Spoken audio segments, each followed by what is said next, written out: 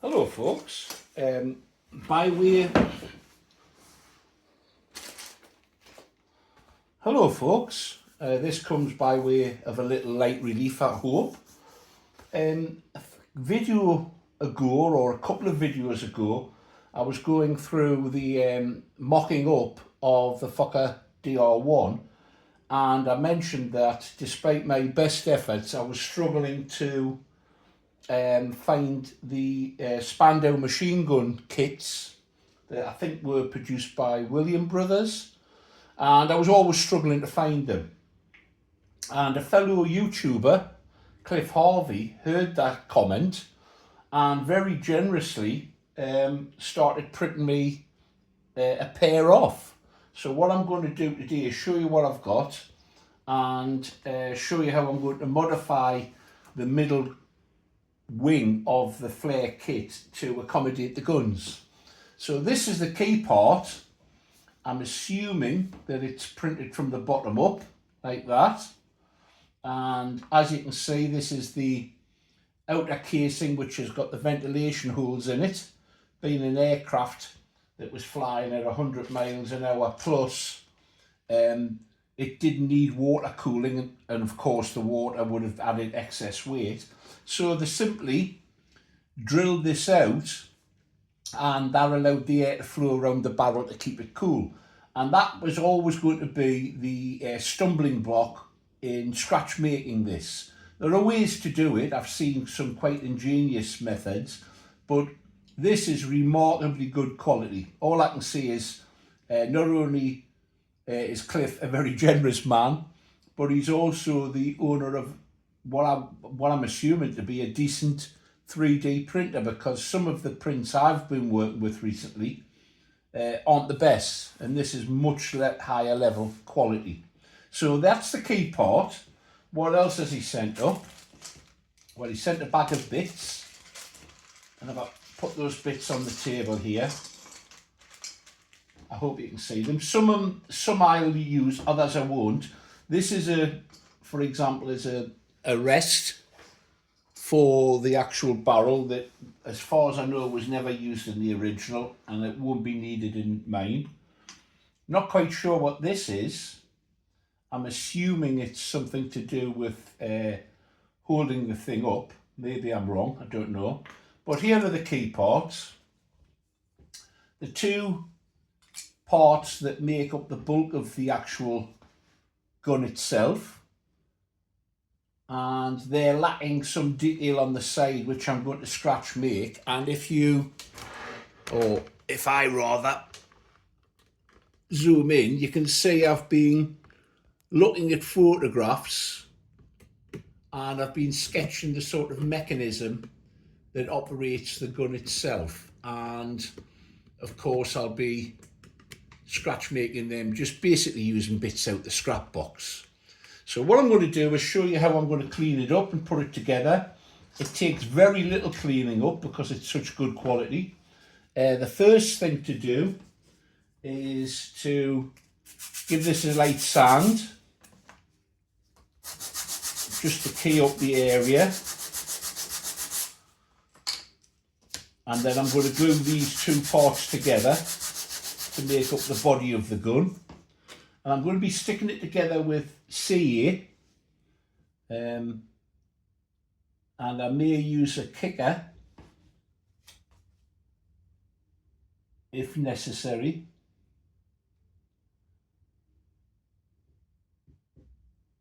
And then once these two sides are glued together, I'll actually add the barrel, and then we'll look at other modifications that are necessary. So there we go. It's a case of lining this up carefully.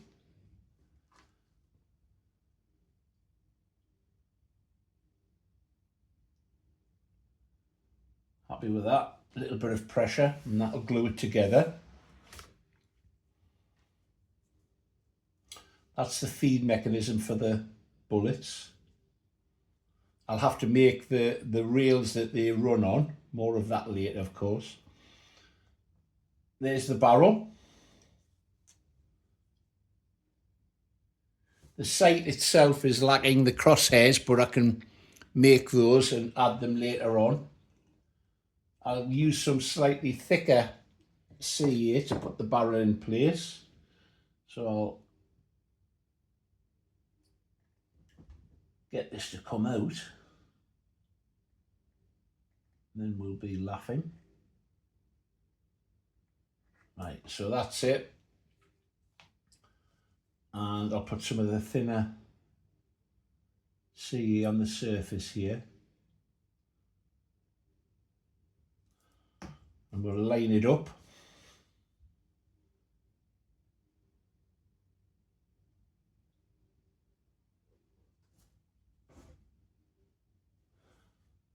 Literally sighting it.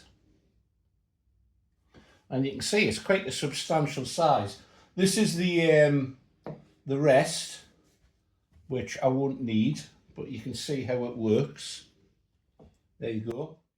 Now it needs a barrel, and looking around in the scrap box, I've found this piece of brass tubing, which appears to be the correct diameter to go down the hole. Yep, it is. So I simply need to go off screen, Dremel that and cut it to size, and then the muzzle parts will be added. So I'll cut that and then we'll come back. So there's the barrel cut to length, and the first part of the muzzle needs to go into there, and it's slightly, well, obviously I need to go on the internal diameter. So what I need to do is remove some of this plastic carefully. It's quite tough stuff, this. I don't know what Cliff's used to produce it, but it's quite resilient material. Obviously I know nothing about 3D printing, so I'm unaware as to what it is. I'm sure somebody's screaming at the screen at this moment. So I'm just paring this down to start with. Then I'll use a flat file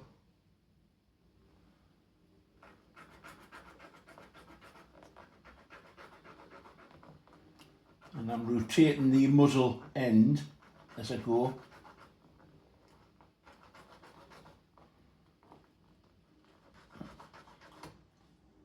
And we'll see if it fits. Doubt it will yet, there's quite a bit to go yet.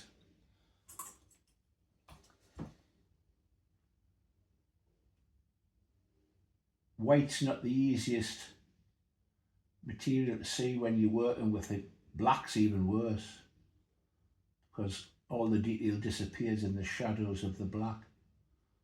But let's carry on doing this.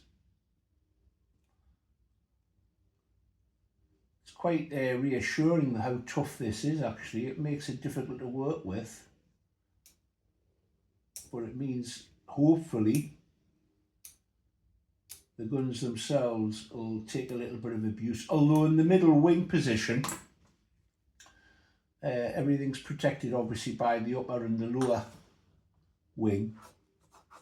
The most likely cause of damage will be hanger rash, which we're all victims of, I'm sure.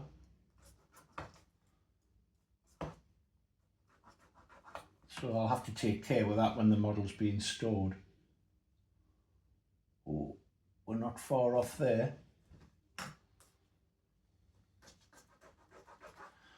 I'm making sure that the non-cutting edge of this file is on the inner surface, because I don't want to remove any of that detail.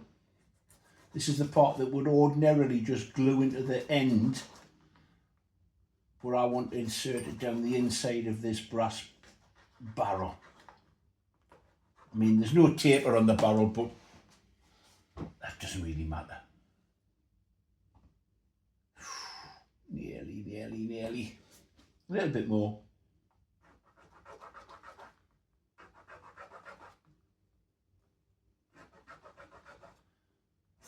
Patience is your friend in this game.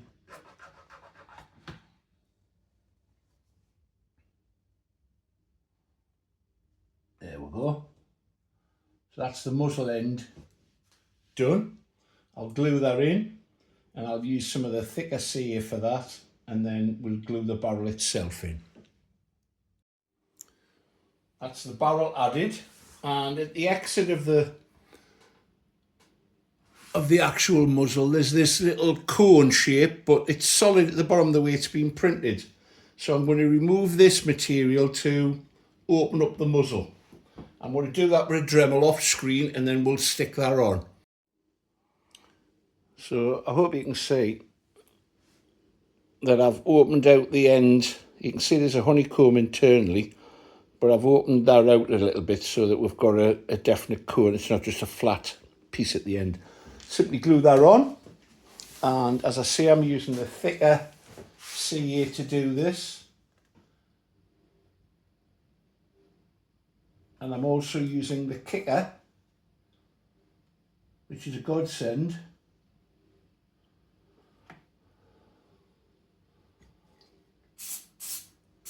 Doesn't take much. That's probably way too much. There we go. So that's the basic gun done. The hard work of making that, it's taken seconds thanks to Cliff printing that off for me. Now all I need to do is to add some of the detail, and if we home in on it, obviously I know very little of guns, but there's basically three components that appear to be on the side levers. I suspect that's some sort of cocking lever, and I've found out the position of them and what they look like doing a few sketches, and I'm simply going to cut them out of bits of scrap that I have, bits of plastic card, and I'll use the CA to glue them on. We'll cut them out, and then I'll stick them on, and we'll see what it looks like, see what you think. And there we have it, in good old Blue Peter style.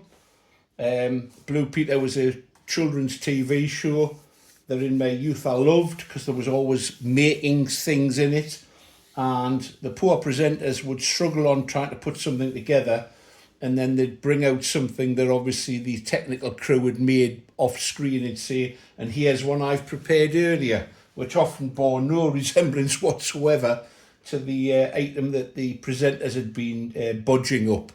So what I've done is I've just basically put together some scraps to make the mechanism, and I think once this is sprayed up, which we'll have a go at in a moment, once this is sprayed up, it'll start to look the part. It'll look good enough anyway. So there we have it. I've added the sight, I've added these little pieces. The ball on the end is actually a bead. It's all glued together. It needs a spray of paint. I've had a thought regarding this part. I'm wondering if that was meant to be a butt arrangement that went on the back. That would make a lot of sense, actually. I'll have another look.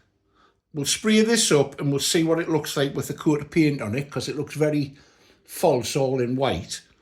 I'll double check that and see if that's probably the intended purpose of that part. Bear with me.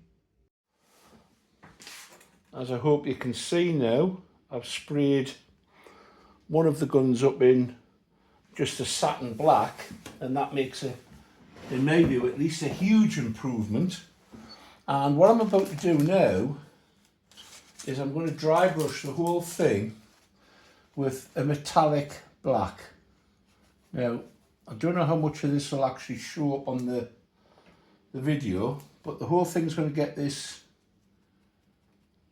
coating. And what it does, it's obviously, as the name would imply, it's got a metal, almost, I don't know, touch of silver about it.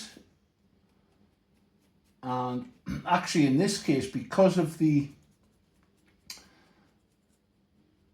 construction marks on the 3D print, the lines, it actually helps the dry brushing process.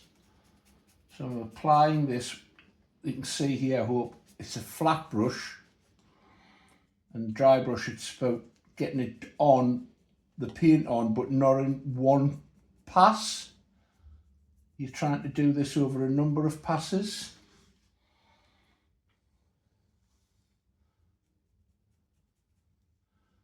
and I'll do some other jiggery pokery with the paint. For example,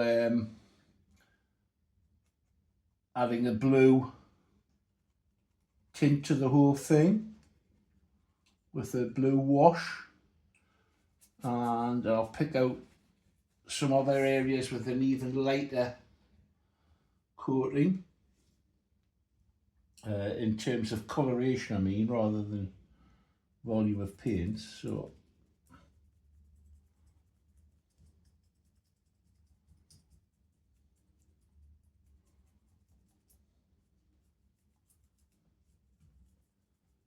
and then it's a case of working out how I'm going to mount these, which once I've got both of them done, we'll look at that. It is going to involve cutting into the wing.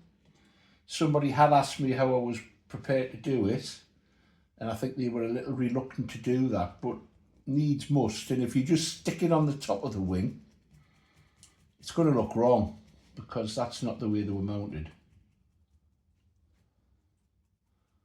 As I say, I don't know how much of this will actually show up. It's a definite improvement. Definite. I haven't put the crosshairs in yet in the sight at the end. I'm going to do that right at the very end, simply because it means I've got to get the soldering iron up to solder some brass wire up, and I've got enough on this bench at the moment. It's in desperate bench, dining table, you know. It's in desperate need of a tidy up. You'd think I'd do that on Mother's Day, wouldn't you? But I've chased the wife out instead. We're going to my son's, he's preparing Sunday lunch, so there we go. See what that looks like, and then I'll add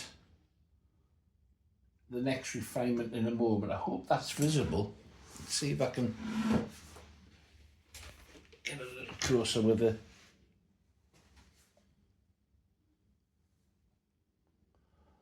Hope you can see. Not sure you can. Wait a minute, I'll take this off the mount. Where's it? There it is. You see the way the light's hitting it? We'll give that a slightly lighter shade of oily metal, which will pick it out even more, I think. Let's have a go. Hopefully you can see how the dry brushing has picked out the detail on this gun, and I'm quite happy with that as it is. I might give it a wash of blue later on, and then maybe another wash over the top of that of a dirty colour. I don't know, we'll see, but I'm very, very pleased with that. Outstanding quality, better than many I've seen. So thanks again, Cliff.